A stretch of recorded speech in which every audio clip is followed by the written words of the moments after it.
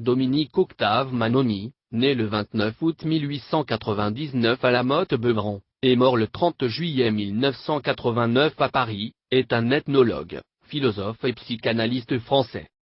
Biographie. Né dans une famille d'origine corse, Octave Manoni naît à La Motte-Beuvron, où son père dirige la colonie pénitentiaire de Saint-Brice 1. Il fait ses études secondaires au lycée d'Orléans, puis est élève au lycée La Canale. Il interrompt ses études quand il est mobilisé en 1918 durant la Première Guerre mondiale. Il se marie une première fois et a 2 filles. Il reprend des études de philosophie à l'université de Strasbourg après la guerre froide et obtient un diplôme d'études supérieures intitulé Mémoire sur l'intelligence et la raison dans le système de Plotin en 19234. Il est professeur au lycée d'Altekirch, 1924, puis au lycée Schoelche à la Martinique, 1925-1928, où il est l'un des animateurs, avec Gilbert Gracian et Raymond Burgard, de la revue Luciole 4 dont le premier numéro paraît en 1927. Il enseigne ensuite au lycée Le Comte de l'Isle de Saint-Denis de la Réunion, 1928-1931. Il est biadmissible à l'agrégation de philosophie 2 et séjourne à Madagascar de 1931 à 1945, comme professeur de littérature et de philosophie au lycée Galien I de Tananarive 3. Il est ensuite fonctionnaire, directeur du service d'information de l'île et très brièvement responsable de la revue de Madagascar 2. Il prend position pour l'indépendance de Madagascar, ce qui lui vaut d'être démis de ses fonctions fin 1947, et il rentre à Paris en janvier 19485. À Madagascar, il écrit de la poésie, mène des activités de botaniste et découvre des variétés de Kalanchoe 4, et parcourt l'île avec le botaniste Pierre Boiteau 2.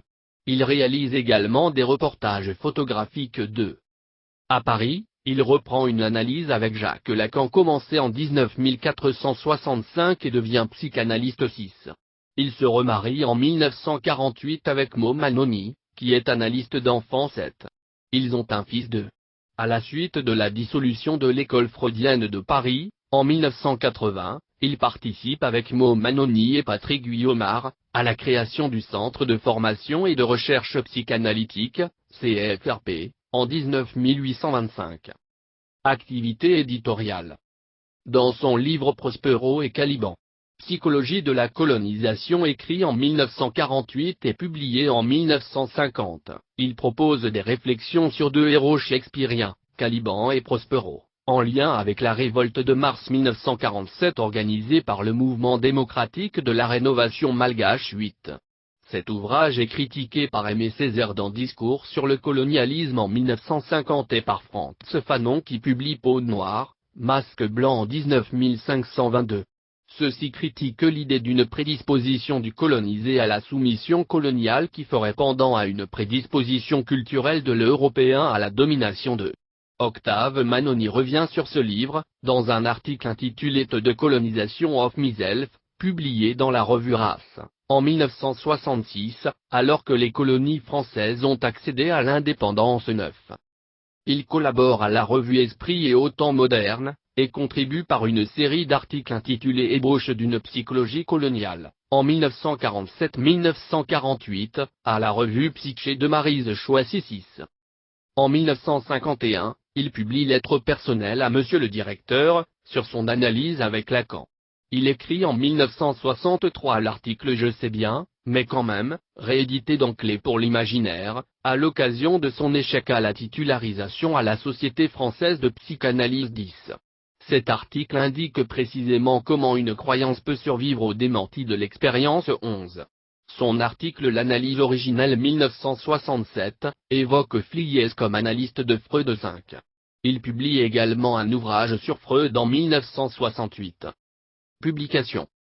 Psychologie de la colonisation, Seuil, 1950, Reed, 2022, réédité sous le titre Prospero et Caliban, édition universitaire, 1984, et le racisme revisité, de Noël, 1997.